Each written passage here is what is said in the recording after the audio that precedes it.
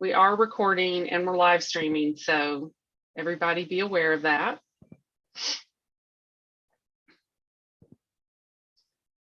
Okay, hello everyone, and welcome to the second in a 5-part series, Let's Talk About Women, Women's Suffrage discussion. And I knew that was going to happen, and I was trying to catch it before I messed up. So this is the Let's Talk About Women's Suffrage discussion. Thank you all for taking the time to join us this evening. I'm Heather Register Zabindon, the outreach coordinator of the Bobby L. Roberts Library of Arkansas History and Art at the Central Arkansas Library System. After the program is over, we have a brief 7-question survey that will appear in your browser window. Please take a minute to complete this survey for us. We need that information to report back to our grant funders. So tonight, we will be discussing Women Making History, the 19th Amendment, the official National Park Service handbook. I'd like to thank the American Library Association and the National Endowment for the Humanities for their support of this project.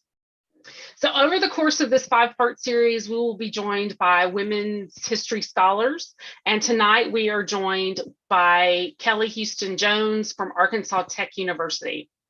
She is an assistant professor of history at Arkansas Tech. A native of Conway County, she received her PhD from the University of Arkansas in 2014. Among other topics, she teaches courses in Southern history, Arkansas history, and women's history. Her book, A Weary Land, Slavery on the Ground in Arkansas, was published in 2021 by the University of Georgia Press. In this evening session, we will start off with a short presentation or discussion from Kelly before really diving into the book. I had a request last month to get the book discussion questions out to everyone before the meeting. So I just wanted to say I did not forget, or I did not see or ignore that request, but I didn't find any actual pre-written book discussion questions for this book. So we're just going to wing it tonight. If at any time during the program you have technical issues, please feel free to message me in the chat, and I'll do my best. I'm going to try to talk right tonight. I'll do my best to help troubleshoot for you. So with that, I'm going to turn it over to Kelly. Thanks so much. Let me just pause and make sure everybody can hear me. I don't see anybody hollering at me to unmute, so I think I'm good. I've just got, okay, so first, thanks so much for inviting me. It's so much fun to do anything with cows. I can never push the send button fast enough on any kind of email to say, yes, let's do it whenever y'all are involved in something that I get invited to participate. So I'm so pleased to be involved in this. The second thing I should say is that I'm kind of a poser when it comes to these events focused so specifically on the women's suffrage movement, because I'm really a historian of an earlier time period, but I just kind of have gotten pulled into reading and writing about this history via some of those other, interests. So I always feel a little sort of humbled to be asked to participate in these kind of things, and I always learn something new. Now, what I've got here is, in this second slide, a list of themes that really popped out to me when I flipped through this beautiful book. Now, I read mine on the iPad, and it rendered really well, but I do think that for those of you who read it in the paper booklet, those double spread photos are probably just way more, striking. So I envy you that. I may end up getting the print version so I can really enjoy that experience. But what I've got here is a list of things that really stuck out to me. Let's see if I can advance my slide here. So nothing fancy here, but things that that the book brings up that sort of confirmed some gut feelings I had about the best way to recap, this kind of history in a general way. Some things that had me asking questions. What do some of these aspects of the movement tell us about the country and about our society, at that time? what are some things that this book, I always have to ask people this, what are some things that this book does really well, and then what are their, where are places there where there might be gaps, or places where you felt like you still had questions, or you wanted to know more about this. And so let me just kind of walk you guys through the way I thought about this when I sort of paused and reflected after going through this. One thing that really strikes me about this history and the way the story is told in this booklet has to do with strategy and tactics of the suffragists, right? And we like strategy and tactics when we talk about the Civil War, military history, right? Like strategy is your overall plan, right? Strategy is the overall thing that you want. Tactics is the sort of more immediate things you choose to do to try to make that overall strategy work, right?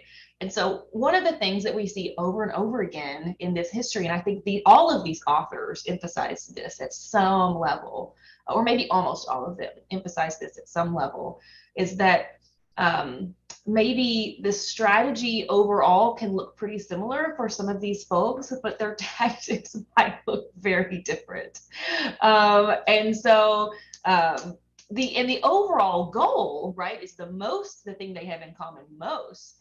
But you may even have people with different strategies, much less the tactics, right? So I think one of the major things that they hit really hard here in this overview is that split between, do we go after the power of the federal government, or do we go after the state level power, right? This is huge. And this is a fundamental question for American history always. It's just a timeless question. It's a thing we were asking when we created our federal system in the first place, right? And it's a constant question going forward. If you want to change, like, what do you do, right? Do you work with like that federal level of government, or that state and local level? And so that's, I think, one of the biggest splits, right, in their strategy.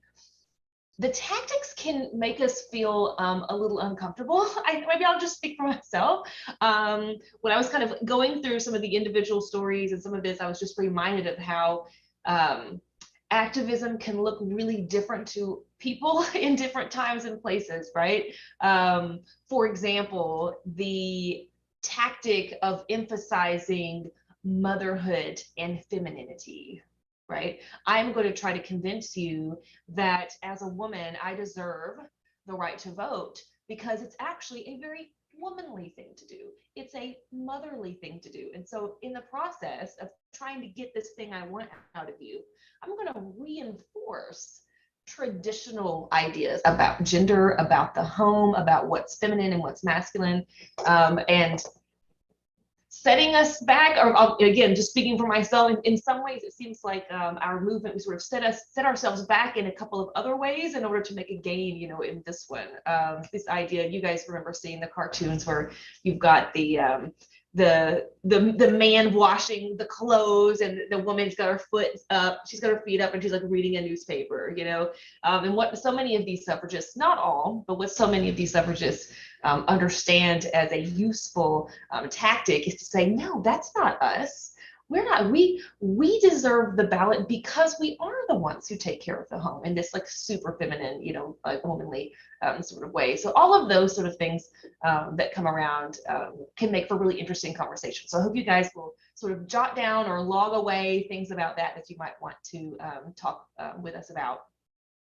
I think change over time is a really important part of this history. The suffrage movement is so much older than some people consider, when it comes to mind. I think they're often conjuring up images of, women wearing white and wearing sashes and, standing in front of the White House and saying like, hey, President Wilson, like, where are you at? Kind of, but of course the movement is so much older than that. And I thought these authors did a good job of, it seems that in each essay, they're sort of reaching back and making sure you understand, who has paved the way for this. And then of course, how the challenges, how the movement, how their organization, changes over time, right? Sometimes they're just having to react to realities of the moment that they're in. I think one good example of that is the almost universal agreement to sort of set down the push for women's suffrage during the Civil War and pick it up in Reconstruction. And women learned that lesson in World War I. It's just, we're not going to pause. We're going to use this war to push really hard. I think the Red Cross is a good example of that. And so they're learning, lessons along the way. One thing that really struck me about this, the way this book is put together, is they're really interested in making sure that you understand that the experience of, say, a urban middle upper class white woman in like New York, her experience with the suffrage movement is going to be different than a rural woman in Kansas who's native, and so they have an eye on that experience, weaving it with the change over time. In my view, that seemed pretty effective to me. So, for example, if you guys saw that really nice timeline, I wrote down what page their really wonderful timeline was on. It's right there in the beginning. This really great timeline. That very beginning part has in parentheses, like this little parenthetical sort of caveat that says, hey, like Native women, there's women who lived here before Europeans came, and they had leadership roles, and they were certainly advocating for the rights they believed they were entitled to, in their society. So really careful not to just write out people just because we may not know that much about the history. And that kind of leads me into this other issue, and this is actually the door through which I always enter this history, is this concepts of race, racialized strategies, and and opposition, the presence and the power of white supremacy in the South and beyond. And those are all things you can't get away from, especially if you come at this history as a Civil War era historian and a Southern historian, right? You're sort of coming at it from that angle. So they were pretty fearless in this book about making sure that you never forget, about that reality, as painful as it can be, because we like our heroes. We don't like to think about, maybe again, I should just, speak for myself, but it's tough to, on one hand, place someone like Susan B. Anthony or Elizabeth Cady Stanton up and say, like, wow, how brave, like, wow, how forward thinking, like there's so much to adore, there's so much to applaud. And at the same time, they are in their context, and they said some pretty unsavory stuff about non-white people, including women, because they've got this sort of goal in mind. And so that can be tough to reckon with. And I thought that this book, and again, I definitely want to hear what you guys think about this, but I thought this book treated that in a mature, like careful way. We are not just talking about the role of white supremacy nationwide, in this, and they're showing that it's more than just black white. There's a whole sort of thing going on, but also making sure that what black women are doing as activists gets in the story. It's not just about white women contributing to white supremacy from time to time, but it's about, like, well, what are black women doing? They are also working within their time, and they very much understand what's at stake. So I thought they did a pretty good job with that in this booklet, but I very much want to hear what you guys have to say about that.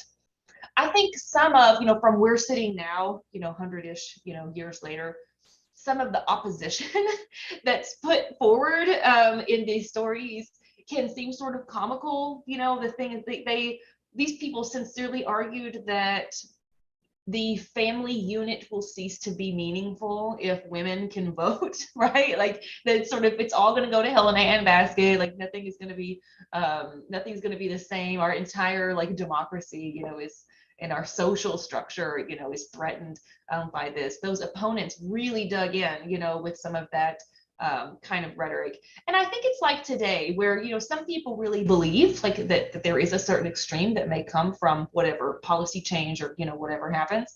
And I think there are others who they just know that scaring people can be an easy way, right, to get what you want, as well. So that opposition I thought was very interesting. One thing that really stuck out to me in the way they put this story together was how the suffragists, and I think this is highlighted in the essay about the Midwest, but the suffragists, in some ways, sort of shooting themselves in the foot by cozying up so closely to the WCTU, right? The Women's Christian Temperance. They are working, they have common interests, right? You've got so many women from that era who feel very strongly about both. And it may be their feelings about temperance and prohibition that leads them into the suffrage movement, right, in the first place. So there's all this cross-pollination. But the point that one of these authors makes about how the kind of enemies that these women find themselves making, the very powerful enemies that they find themselves making when they go up against the liquor and booze interests in this country by getting so closely associating with the WCTU. So the opposition is also complex. The movement is complex. The opposition to the movement is complex. It's not just about men looking to men and women looking to preserve a patriarchy. It's all these other weird sort of sticky interests and complicated threads as well, which makes it just a really interesting story. I don't think the book did the regional treatment as well. I thought it was a little clunky, sort of slicing up these sections at the end of the book and sort of repeating, kind of going back over a lot of the same ground. Although I do understand why they did it, and that's because there can be a pretty broad difference in region, on this. And of course, as a Southern historian, the first thing that comes to my eye is, okay, yes, this looks different. This whole situation looks different in, Texas, okay, than it would in Massachusetts. It's also going to look very different in, when you see, with this story that they're reminding you about Tennessee being that kind of shocking one that sort of put them over the line on there. I don't think a lot of people were expecting that, at the time, because of this idea that the South never wants change, right? And that there's just, the South is not going to be the leader of this. And maybe they weren't. I think the way one of the author on the South put it was that the suffrage movement emerged later and had fewer victories than in these other regions. And so those regional differences are important, but they can unfold in kind of surprising ways. So I don't know what a better way to have done it would have been, but I did feel a little bit like, yeah, okay, when we sort of cut up Midwest, Mid-Atlantic, New England, blah, blah, at the end. So I'm interested in what you guys think about that strategy on their part. And then when I put it all together, like the big thing that I think encompasses this whole thing is the stories. The stories of individual women that are just peppered all throughout this booklet are really what makes it come to life, right? And the photos, when they have them, the photos of these women really tell, a story. I think it was I believe it was the Sojourner Truth photo that they really broke down. And like, it's really strategic in how, what story that photo is trying to give. She's domestic, she's got the yarn, she's civilized, she's got the flowers, she's smart, she's got the glasses, and all of that kind of stuff. And so there's a story that the movement is trying to tell in order to get their way, right?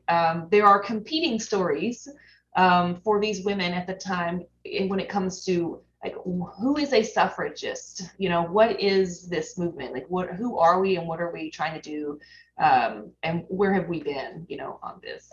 And I think the way this booklet caps it off at the end with the sites, the historic sites associated with the movement, really kind of bring that together in the way of like, how do we in 2022, how do we tell the story of this movement, and sort of who gets written out and who gets left out, and what homes and buildings are the ones that we're willing to preserve and go visit to kind of envision what happened here. So those are my thoughts on sort of major themes to talk about.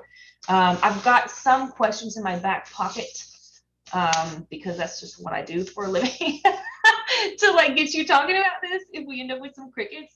But the first thing I want to do is just kind of get out of the way and see if any of this sparks some discussion that you guys want to use to kick us off. And I'm going to add real quick into the chat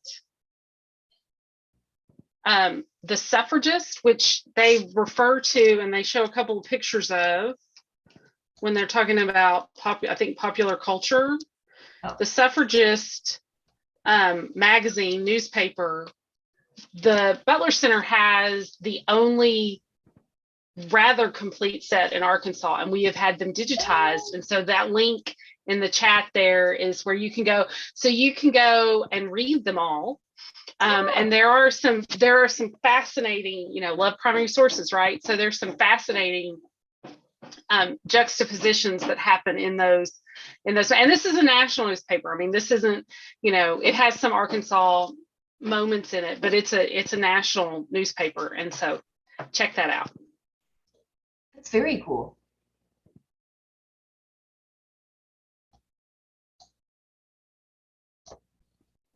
Let me try the unmute. Okay, feel free to use the raise hand or just unmute yourself. Oh, somebody does have a raised hand. Y'all are so much. Angela. Should I push the button? No. Oh, there she goes. There you go. I appreciate your themes. I can relate to several of them. What surprised me in both the first series, the first book, and now this one is again, the opposition was so strong about the approach that they would take towards moving the movement forward. And it was really heated, and that surprised, I don't know why. You get two women on opposite views and they'll be pretty heated, but it surprised me the intensity and almost the animosity, it seemed, that the two or three or four groups had one towards the other. And I really felt it stagnated forward progress. That's my take, is that it really was unfortunate that they couldn't come to a better consensus on moving forward. So that's my thought.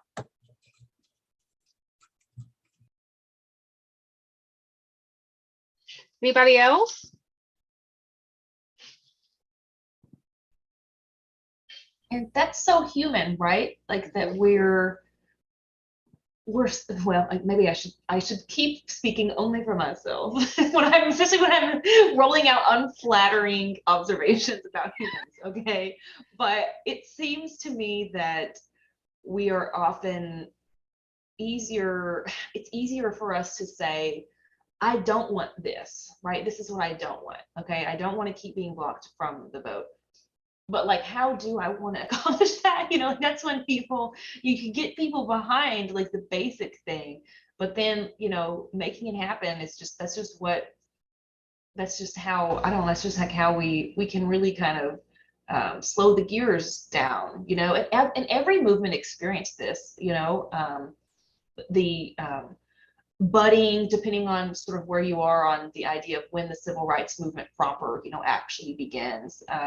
Those very early years are certainly very contentious. The easy example is the sort of Du Bois versus Booker T. Washington thing. Like, do we push for, like classic, like really high level, education, or do we push for like vocational kind of humble yourself and show that you're worthy of rights, kind of thing. So every movement has that kind of tension within. There's no getting around it, but you do kind of want to get in a time machine and say, okay, ladies, like, let's come on now.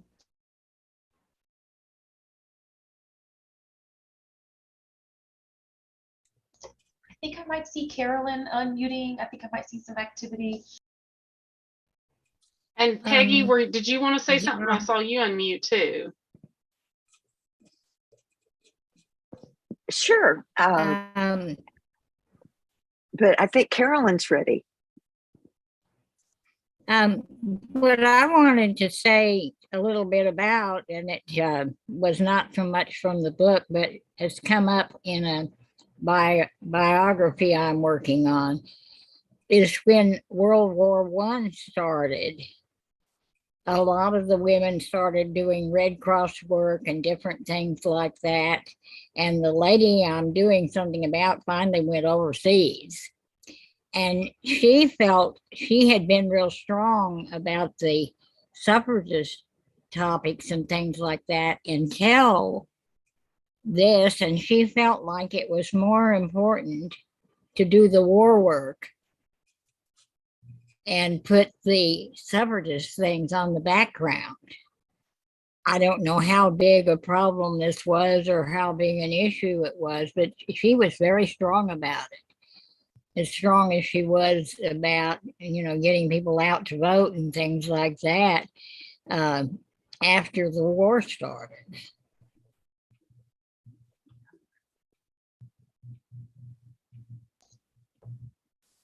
That's about all. I was just going to kind of throw that out, Kelly. That's a really good point. If I had a complaint, which is probably too strong of a word, but if I had a quibble with the book, it's that there's not enough World War I context in here for me. Maybe, I don't know, maybe they've got their reasons. I don't know what you guys think about it, but the potential of that conflict to either accelerate and intensify the movement, or distract is not really the word, but sort of take up the energy away from the movement, either one or both, of those things from time to time. There just wasn't as much discussion of that as I would have expected. Maybe the folks putting this book together thought that had been really well mined, elsewhere, and so maybe they just didn't see a need, for it. So.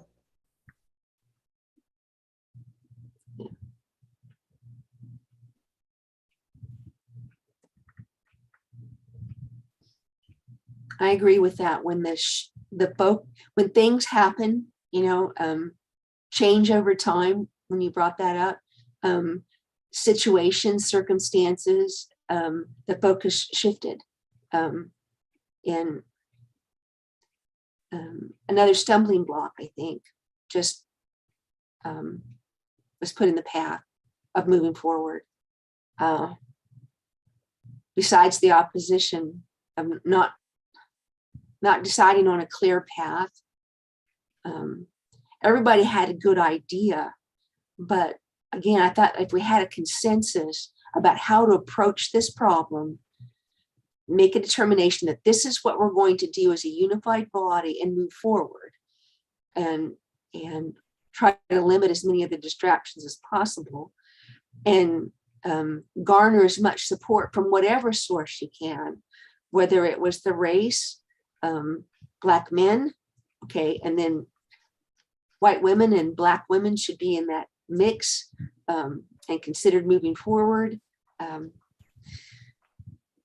But without a streamlined path that everybody could agree on about moving forward, one thing after another. And I felt like they focused more on the conclusion of the battle instead of all the steps necessary to get to that point from the historical perspective. I thought that there were a lot of gaps too. So it's all very interesting though. So I think that one thing that I know we talked about a lot last month, and for those of you that were here with us last month, chime in, but the anti-suffragists was a trained historian. I had a graduate student friend who was on the call last month, and I was like, did I miss that day? Because I missed that whole anti-suffragist stuff. And she was like, no, if you missed that day, I missed that day too. So, I think we focused, as historians, we focused so much, obviously, on Susan B. Anthony and Elizabeth Cady Stanton and Alice Paul and all of those folks.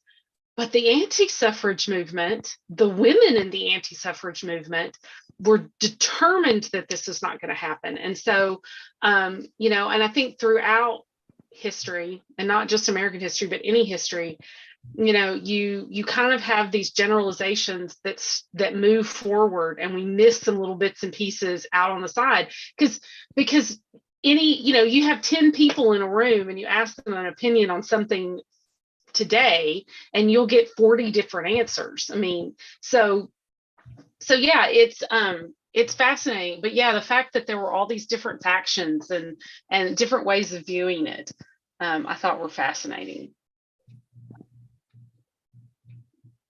That brings up a parallel for me, because I've looked a lot at the Equal Rights Amendment, and there are just so many echoes. If you look at the opponents of the ERA, the same arguments about the family and moms need to be home, and if you don't have that hierarchical, patriarchal organization in place, those cracks and fissures are gonna, like an earthquake.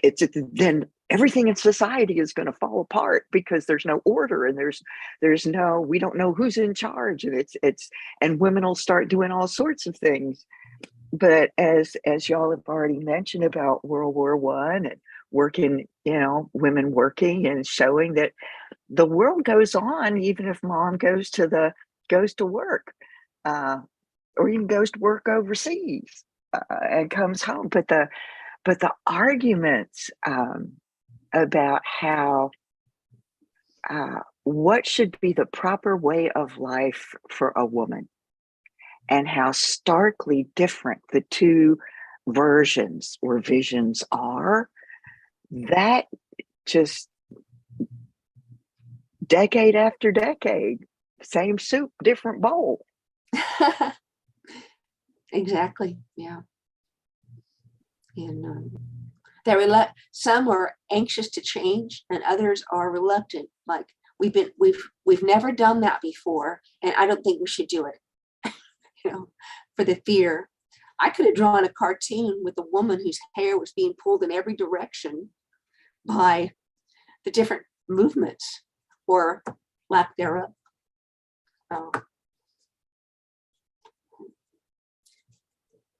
Someone did an analogy of betting on the Kentucky Derby, and politics today, and do your homework, and maybe that guy that's the long shot, or the woman that's the long shot, will actually be your best shot as a winner. But do your homework, and women today really need to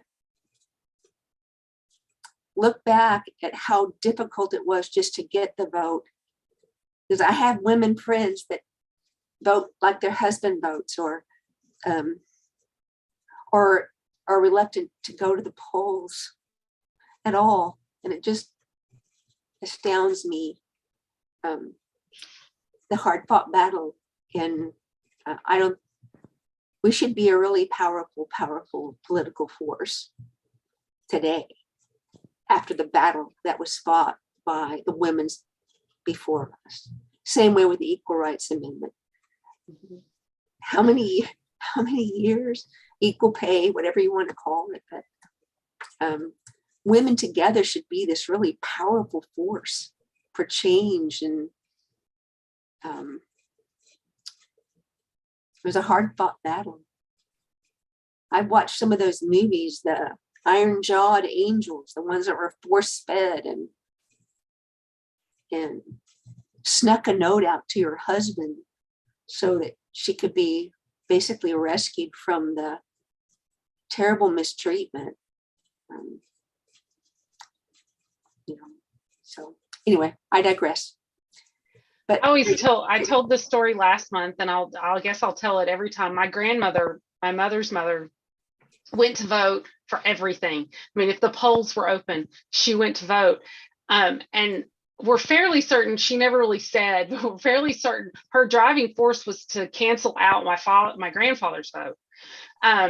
That was her. And she was a very, very petite, I mean, like 4'11", 100 pounds dripping wet kind of person. And she was very shy and very quiet. She was not, activism would not be an adjective or activist would not be an adjective to describe her. And this was kind of her little defiance, right? To go to the polls. I mean, everything, for every special election, for every school board election, wherever, whenever the polls were open in Franklin County, she was there and she was going to vote.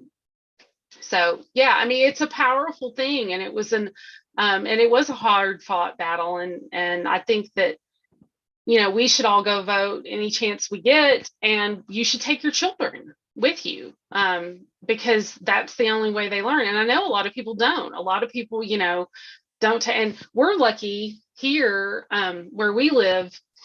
Our polling place is next door to the elementary school. My kid's in middle school now, but when he was in elementary school, we would go vote in the mornings at like 7:30, and then we'd go in and vote, and then he could go straight to elementary school. So it was just kind of the thing, and he loved doing it. And we would talk to him about the ballot, right there it's not as fun as the lever machines, but we'd sit there and talk to him about the ballot and stuff like that. So yeah, it's so important. You're right, Angela.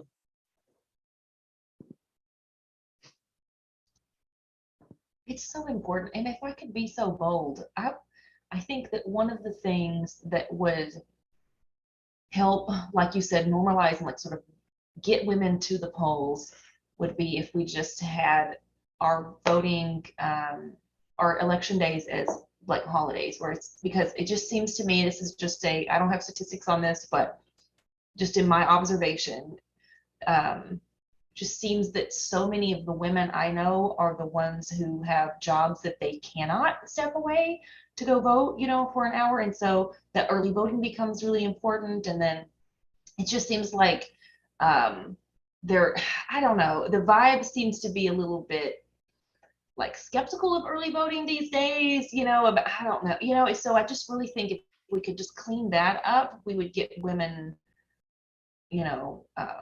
there, and like you said, normalizing it, and perhaps kill some of that I think Angela was alluding to, of like, I think there's still women who think that, oh, it's too complicated for me, or it's over my head, not like physically voting, but the issues and who's for what, and what policies fit, how I think the world should work. And so I'll just ask my husband like what he's who's he voting for, and then I'll just go along, whatever, that kind of thing. And so it just seems like the more we could integrate that political culture into our everyday, not political culture of like meme sharing and angry online rants, but actual voting, because the women are doing a lot of that. Maybe I'll just speak for myself, but we need to get more like the actual like electoral like actions. We need to make that as easy for women as possible. Okay, I know that there are a lot of male nurses, so I don't want to make a generalization, but how do nurses vote? So the polls are open from 7:30 to 7:30, right? A lot of nurses, hospital nurses, work 7 to 7. So, I mean, how do you, and if you, I mean, just logistically, if you work at Baptist on 6:30 and you live in Benton, are you going to make it to, no, even if it's a clear sailing the whole way. So that was one thing that was brought up to me a long time ago, was how do nurses vote? So I know we're digressing to voting, but also our system doesn't make it easy to understand where each candidate is, even if it's just a school board election or something, what each candidate's stand is on issues that are necessarily important. I don't think we do enough town halls or meet the candidate discussions so that you really know. And it's really hard during the primary. You have to tell them I'm a Democrat or I'm a Republican. And I had my list. I'd done my homework and I knew who I wanted to vote for, but they weren't all the same party. Hello, I want to vote for the candidate, the judge, the whom I want to vote for, the person I think is going to take action the way I believe things should be I have my opinion. That's why I want my candidate to share those same views, those same values. But if I have to declare and then I'm stuck, so okay, I'll be this on the primary, but when it comes to the general election, I'm back to whomever I can be so that I can vote for the candidate that best meets my value and not necessarily a political affiliation. Peggy, I'm going to call you out here, and you can like bow out if you're like, oh, Peggy, you don't know, Peggy is a professor of political science. Okay. So, remind me why we have to declare in Arkansas, because you don't have to declare everywhere, right? I mean, it's the Republican Democratic primary thing. It's a disenfranchisement thing, isn't it? Yeah. What's with our primary, if they call them closed primaries, or right. What is that about? Each state and maybe even at a smaller level. I mean, it could be at at more of a local level, but I think it's each state. You can decide if you want to have what's called an open primary, which there's just one big ballot.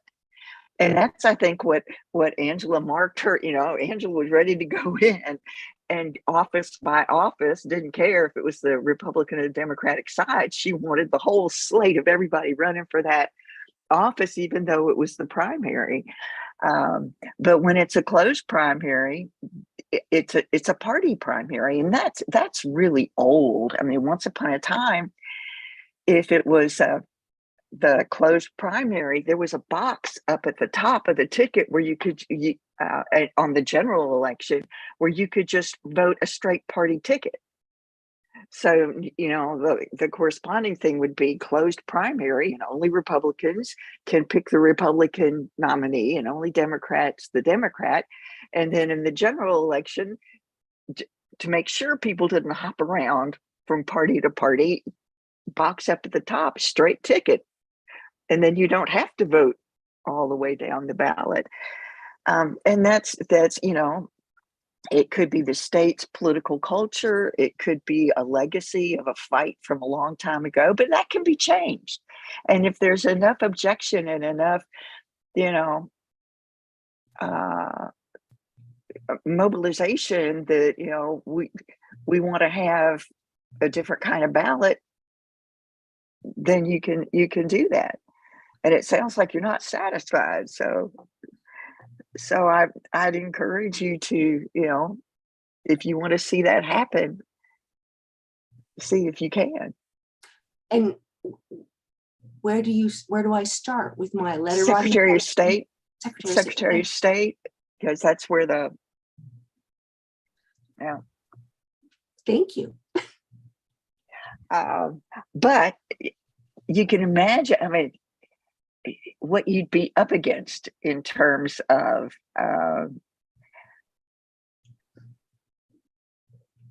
the political dynamics. I mean, we've already heard from the high turnout on the Republican side from this most recent primary that the sense was there were a number, I mean, not thousands and thousands, but the turnout for the Republican ballot was so high. There was just it's not all independents. It's probably some Democrats who crossed over to do either pick, the least strong Republican they would want to vote against, but to, play on the other side's field, so to speak. Now I'm embarrassed. Sorry. Yeah. So, but that's where it would start, because I wasn't alone in my feeling. It just so happened that I got together with a group of 10 other women, and over lunch, we were talking about, of all things, early voting, and the polls are going to be open for early voting until 6:30 tonight. So you could still go. And then the discussion, not just for myself, but for 2 other women. And that's a small group of 10 people. And 2 other women said the same thing about they went to early voting and they had their list of candidates and they were told that they couldn't vote that way. No, it's either or. Mm-hmm. Yeah. So, mm-hmm. So maybe I'm not just one sour apple. No. Well, and I heard from a lot of people that they had trouble getting their exact ballot, like for their, for your, I guess your precinct, really, like, because you're voting for a specific House and Senate seats in the state assembly or in the General Assembly, and and I admit when I got my ballot and I got to the thing and I sat there and I thought, I didn't know I was voting for these other things as well. So yeah, there's some need for transparency, maybe a little bit more. We have really complicated elections. You almost need, a map that, if I live here, then these are my possibilities. And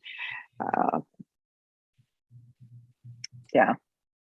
One thing that I'd like to hear some more about was back, at this time period before the amendment passes, that way out west, it would be normal for the state constitution, when the territory became a state, for woman suffrage to be in the Constitution. It was seen as, but of course, I mean, out here in the West, women, I don't know if it was just more the frontier spirit or the not being in the South or what it was, but that would seem normal. And then the other thing that really surprised me was different kinds of suffrage, so that it seemed like in some places women could vote for like the local municipal elections, with the idea, I guess, being, well, it's your city council, so you probably do know enough about that.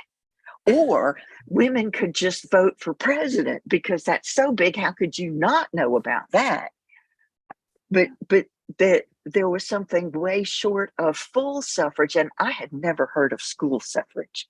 I had to look that up. You could vote on anything that had to do with the schools, like the school board, or if there was something about funding of the schools that, since you have children, you probably know something about the schools. So just the view of what women might know about and be naturally, that would be a natural kind of vote for women. Yeah, education was in our sphere. We could handle that. I mean, we were responsible for educating children, so we were okay with that.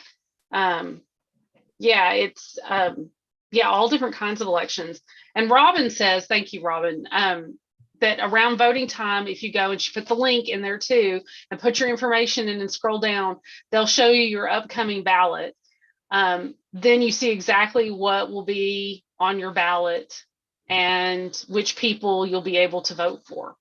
So I'm gonna bookmark this so that I can share it with all my coworkers who were frantically looking for their ballots. And Ballopedia is another resource. I've seen that. But maybe not as specific as just for Arkansas. Mm-hmm. I thought about the population density of Wyoming and Montana, and perhaps a tie to, we need as many people as we can gather that will vote for an issue the way the majority of the state wants to go. And so we need every vote to count. So we need those women who were wives of ranchers or miners or whatever to come forward and support this cause. But our population density is pretty small, so to give us a great voice. Sorry, I didn't mean to cut you off there at the end. When I was in college, the story that I got from professors and readings about women's suffrage coming to the West first was all about that frontier spirit business. And I think there is definitely a level of that's got to be true. Seems like more recent historians have really emphasized the Populist Party. And they did this a little bit in this book too. But the Populist Party, they were like, they were calling for a lot of stuff they never got, but direct election of senators, you know, there was a lot of things they were trying to do just to make our system more democratic. And so they pushed for the vote for women, and they enjoyed some special popularity, you know, in the West. And so I'm thinking that, but that's not the whole story either, right? So I think it's probably this nice mix of the frontier spirit, you know, like this sort of equalizing experience, you know, that these families are having out there. And then, of course, like you said, Angela, like they're muster anybody you can to get our interests out there, you know, when it comes to, certainly to these national elections, and just the short-lived success of the populists before, you know, then they get sort of swallowed up, right, in progressive circles. So, but yeah, that populist moment, I think, had a lot to do with it too.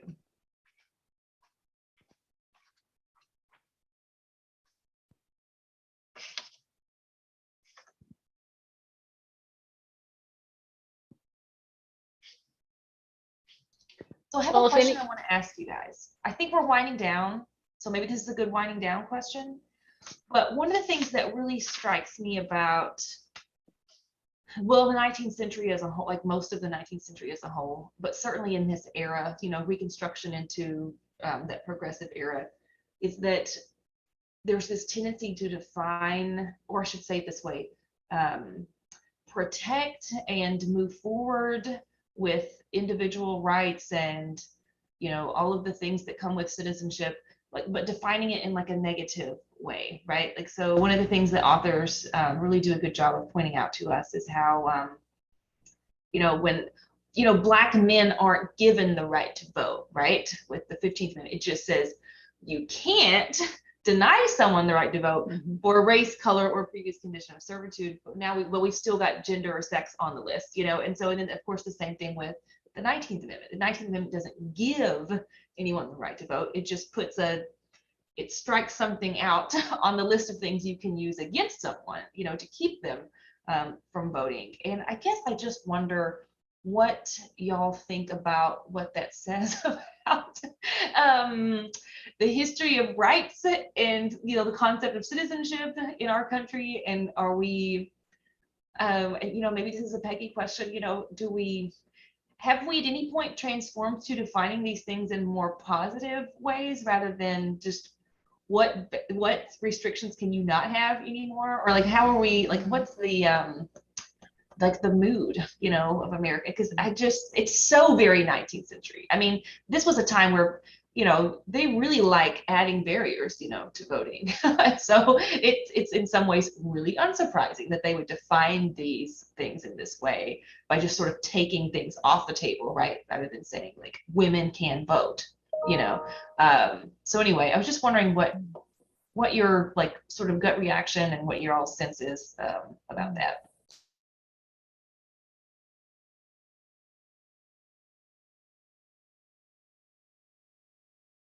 I don't know. To me, it looks just like habit, that there's a way of, even beginning with the First Amendment, Congress shall pass no law abridging the freedom of speech.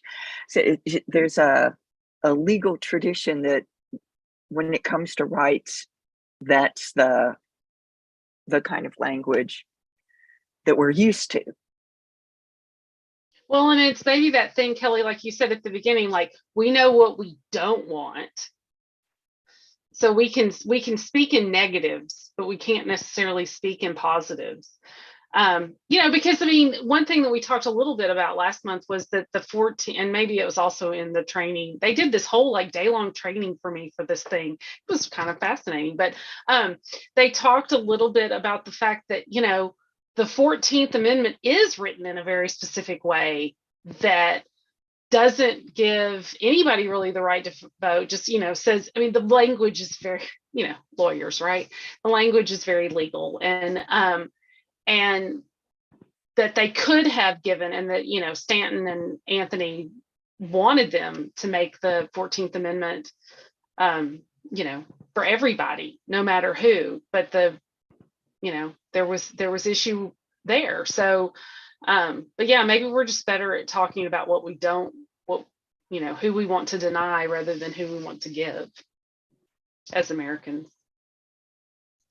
it's got to have to do with enforcement too, right? Because what you're trying to say is like, hey, state of Arkansas, county of Pope, you cannot put in these kind of like restrictions. And that would be easier to say, okay, well, did the state of Arkansas put in a restriction like this or not, right? And now we know that's not a perfect system from, disfranchisement of African Americans, but at least it's, because if you had written it in such a way, I guess in a wonderful, perfect world, you could write something like the 19th Amendment in such a way and say, the state of Arkansas, all these states, you have to make sure that you protect the right of women to vote. You have to make sure that this, it's like, how do you do that? And what's the measure of that? And what a mess. But wouldn't it be nice if the standard was, I don't know, it would be a taller order, right, for your political system to say you have to make sure that these people have this, rather than saying you can't do this to them.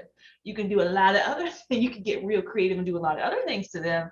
But this one, you can't do, or it can't look like you're doing this, So there's got to be that enforcement and just, I guess, the practicality of it too. But man, wouldn't it be nice if the bar was really high though? And I guess that maybe that's part of the problem with the ERA, right? Equal Rights Amendment. It's like maybe people have thought, that bar was like too high to clear, and it had, I don't know, all other stuff attached to it that are, you guys know all the arguments, in opposition to that. So, so maybe that's, it's complicated.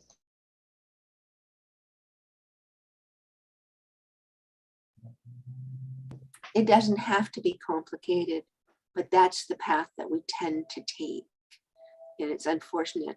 And that's why even that closed primary, I thought, now that's a form, for me, it was a form of voter suppression. Didn't say I couldn't vote, but it kept me from voting for the candidate that I wanted to cast my ballot for. And anyway, frustrating. And it is frustrating that we can't write in a positive tone or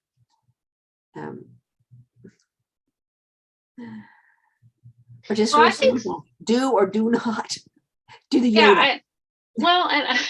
and I think sometimes that things are spun in such a way, I know a lot of people who think, well, why is it such a bad thing to show your ID to vote? There are a lot of people that are like, oh, my husband gets so mad at me because I go to the polls without my ID intentionally. I mean, now I do take it because I actually do want to vote. But I mean, when it was in jeopardy, when it was in limbo, I would go and they would say, do you have your ID? And I'd say no. And they couldn't ask me to to produce it. But I mean, so the way people, you kind of look at something and you go, well, why wouldn't that be it? And we show ID for everything else, right? Why wouldn't that be such a horrible thing? And I think maybe once it's explained and people actually listen, then maybe they'll understand it. But the listening part is key.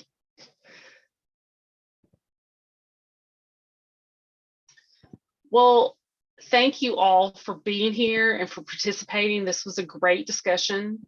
I do want to say a couple of things. If I can open I shouldn't have started talking before I had my comments opened so that I can make sure I cover everything I'm supposed to. There we go.